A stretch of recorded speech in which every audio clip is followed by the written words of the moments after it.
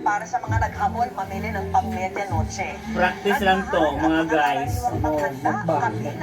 Mukbang to, oh, pero hindi ako magmumukbang, oh, puro ano yan. Itches lang yan. Pinapracticean na yan ng Mother Earth ko. Noong maghapon, hindi nawala ang pila sa tindahan ng buko rito sa Trabaho Market sa Maynila. Anet! Dagsa kasi ang mga mamimili na naghahabol mamalengke ng mga regalo para sa mga ihahanda sa medianoche. Ubus na yung bigas nyo? Nasa buko salad. Pinagis na para Oh my God! Halos 2,000 piraso ng buko ang naubos Ayan, sa no? bigay ng si Rosalie ngayong araw. Yan ay kahit dumoble ang presyo ng buko. Ayan, mukbang to, mukbang daw. Practice. Okay, ano na tayo magagawin? Talaga, Pero hinay-hinay lang to kasi hindi tayo sanay sa mukbang, oh. para magkasya namin. Yee. Dati medyo marami, mga yamaan din. Nagiwala na yung landas ng buto at saka ano. Presyo ng asukal at asin. Pero kahit mas mahal, nagkaubusan na ng rock salt sa ilang tindahan ito. Ginagamit din kasi itong pampaswerte bukod sa pampalasa sa mga handa. Hinahanapan kami ng rock salt kaso ubos na. Bali, ang Rock sa salt. amin na lang ay iodized. Sinasabayan nila ng laurel. Hinahanapan nila kami ng laurel na buo-buo. Mahal din ang karneng baboy ngayon. Ang mga mamimili, umaaray na sa taas ng presyo ng mga bilihin. Kaya ang diskarte ni Joanne, bawasan ang handa sa medianoche. Saktong amount na kailangan i-consume ng family namin. Yun lang yung kailangan kong bilhin. Dati medyo nakakaluwag-luwag ng konti. Yung may mga excess na Practice medyo- lang yan. Kasi yung nanay medyo ko, hindi naman kailangan. Sleeping Beauty. Tapos na raw to. Snack pa lang daw yun. Yan ang mga vendor tulad ni Irma. 14 na baboy na nga lang kinuha niyang supply para itinda, imbes na ang karaniwang 18. Nagbawas kasi medyo iba na ngayon para sa mga dati na pagtitinda. Ay, hindi na ganun kalakas ang bilihan. Aywan ko. Siguro iba hindi na naghahanda, nagbabakasyon na lang. Mataas ang bilihan din. Oh my God. Lalong matumal naman ang manok na ilan lang ang bumibili, kaya bumaba ang presyo niyan ngayon. Siguro yung paniwala ng iba sa Mukbang pamamagitan to, nila yung mukbang. nangangain. Bumaba rin ang presyo ng itlog ng 10 piso kada tray. Marami din daw Ay, may ito para kuko. may pampaswerte sa pagsalubong sa bagong taon. Gusto pala to. Mga butas, so daidagan sa itlog. Kailangan talaga mayroong itlog sa lamesa. May kasabihan na para magandang takbo ng buhay.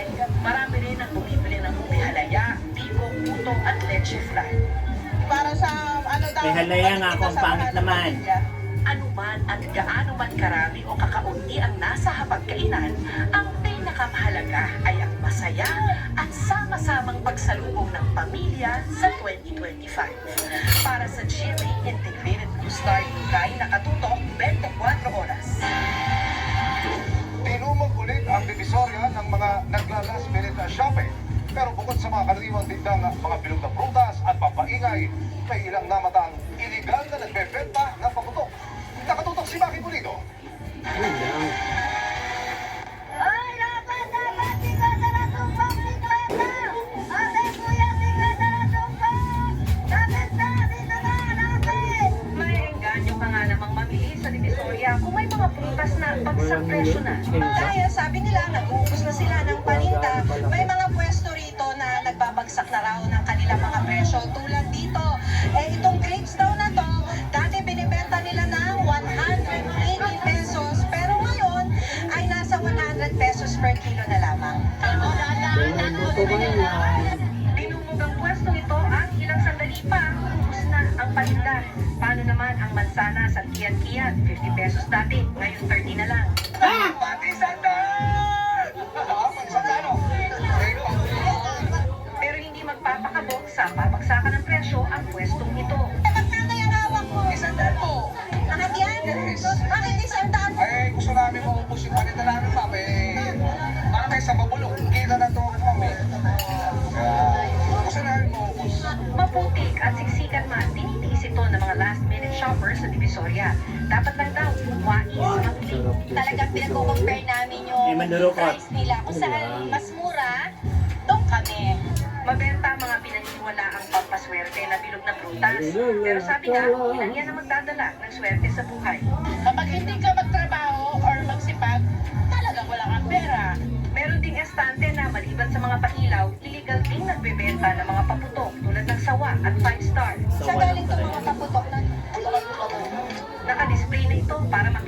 mga manunulit. Maraming busy na din pagka hindi makita ng mga Pagpaputok pa naman ito yung ano ba yan? Sunod-sunod yung sa taas. Habang abala marami sa pamimili, umaalingaw-ngaw ang ingay ng mga paputok sa Divisoria. Hinihingi pa namin ang pahayag ng Manila Police District kaugnay nito. Ang ilang taon nang paalala sa pagpapaputok, paalala rin ng batang ito na nagbebenta naman ng mga turutot. Masaya po yun para hindi na po matitrasya yung mga tao sa paputok. Paubos na ang binibenta ng turutot sa hiling, sabi ng kanyang customer. Pagpaputok po kasi delikado. Mamaya makaputol lang kamay. Pakinggan sana ang matagal ng payo niya. Ito ang madaling pagpasok ng bagong taon. Yes, sirahan yung motor ko. Para sa GMA Integrated Sinasawan News, kami. ang dito nakatutok 24 oras. Kanina pa steady pa pa. May mga naghahabol din ng biyahe bago ang salubong sa bagong taon. Pero mas kukonti na kumpara din Pangit sa mga yung ito. nakalipas na araw. Parang biglang- At yan naman ang tinutukan ni Dano Tingkoko. Kung kahapon, blockbuster ang bilang dagsang mga pasahero sa Parañaque Integrated Terminal Exchange o PTEX, ibang-ibang usapan ngayong araw. Maliwanas ang terminal sa konti ng mga naghahabol makarating sa kanilang mga pupuntahan ngayong salubong. Kung kahapon, alon ang buko ang hintayan para sa biyahe, ngayon maluwag ang mga gate. Ilan pa nga mga batang nakakapaglaro. Maluwag na yung mga Ito ang tulad nila Catherine at Wala the na, first time na. biyahe ng Ipo Bisperas ng bagong taon papunta sa Baguio City para mamasyal kasama ang buong pamilya. December 26 dapat sila bibiyahe pero ulipong na raw noon. Okay lang po na ngayon lang siya nakaalis.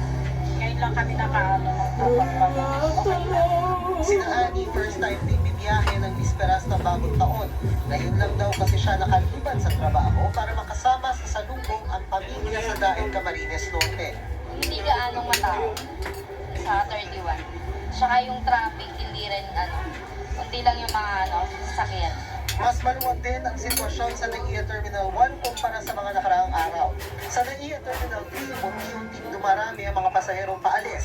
Ang iba inihatid ng kanilang mga mag-anak. Ang ilan sa mga nakausap namin, urnada ang salubong ng bagong taon kasama ang pamilya dahil sa trabaho. Si Jeline, alas 8 ng gabi pa ang biyahe pa Brunei. Maghapong kasama ang asawa. Kasi wala, kumuha ng ticket. Ilang taon na lang babalik. Isang taon na lang para babalikan ko ng Pilipinas. Ay di wow. Para sa GMA Integrated News, dadating Manny Pacquiao nga, nasa Dubai silang salubong ng bagong taon eh. Sino man Yes! sa mga gustong mag-relax ngayong Minesage ako, sabi ko wala akong visa. Sa ilang parke sa Maynila. Nakatutok si Ma'am Gonzales. Pinili tayo ng aeroplano. Di gaya ng Babagsak nakaraang ang Pasko, mga aeroplano. maaraw Hindi, ngayon maganda sa pala yung Park sa Emirates na Manila, aeroplano. pero konti pa ang namamasyal. Kaya solong-solo ng mga nag-picture taking ang mga display. Pati ang monumento ni Rizal na puno pa rin ng mga bulaklak pagkatapos ng Rizal Day celebration kahapon. Karamihan Kuya sa mga Billy, nakausap namin, ano na? mula sa mga probinsya. Gaya ni Saan Chelo, nga galing? first time sa Luneta, at bakasyon ay grande bago matapos ang taon. Galing ako sa kanan kasi nag-side trip na lang ako dito. Before going back to Cebu. Oo, pumaspo ko sa'yo, pasensya na. History talaga ng culture ng Pilipinas. Dahil maraming Dito may ano rito. tuwa ang mga Bata, bata na practice namamasyal. ka. Masaya naman. Picture-picture ang gano'n ka naman na kay Rizal. Pwede mag-picnic dito, pero wala pang tao kaninang hapon, di gaya ng mga nakaraang taon na halos wala ka ng maupuan sa labuhan. Isa pang pasyalan sa Maynila na hindi pa gaano dinadagsa ng tao, ang Arroceros Forest Park, nakalapit lang ng Manila City Hall.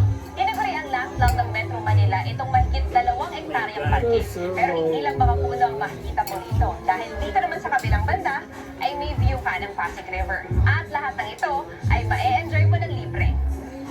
Si Patrick, araw-araw nung dumadaan dito mula nang madiskubre ang Arroceros. Bakit kung New Year's Eve nandito kayo?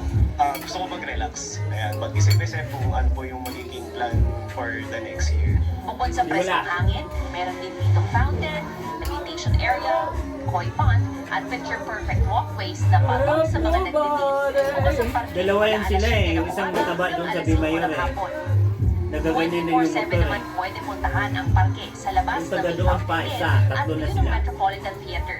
Paalala sa mga bibisita sa mga parke, clean as you go. Pero kung bawal mag-iwan ng basura sa mga parke, Ang mga namamasyal dito, meron naman daw mga gustong iwanan sa 2024. Maliban sa problema, syempre yung mga negative Ang vibes. butyo. Yung failure, tapos yung sobrang struggle, yung anxiety, then yung family problem. Nasa online business po kami kaya sobrang dami po talagang projection din po yung ano namin.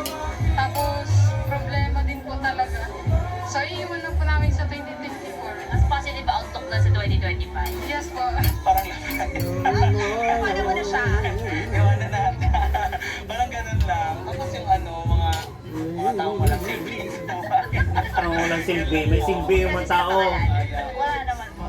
Happy-happy life. Happy life naman po. Tapos, wish good health po for everybody. And Para sa GMA Integrated News, Mav Gonzalez, nakatutok 24 oras. Pakiusap ng Bureau of Immigration sa mga dayuhang pogong worker na narito pa sa bansa, bununtakin ng umalis para hindi ma-blacklist at ma-deport. Huling araw na ngayon ang kusa nilang pag-alis sa bansa at hindi na raw ito palalawigin pa. Nakatutok si Jonathan Andal. Wala ko. Yaw ko na. Humabol sa December 31 deadline ang mga banyagang pogo worker na ito.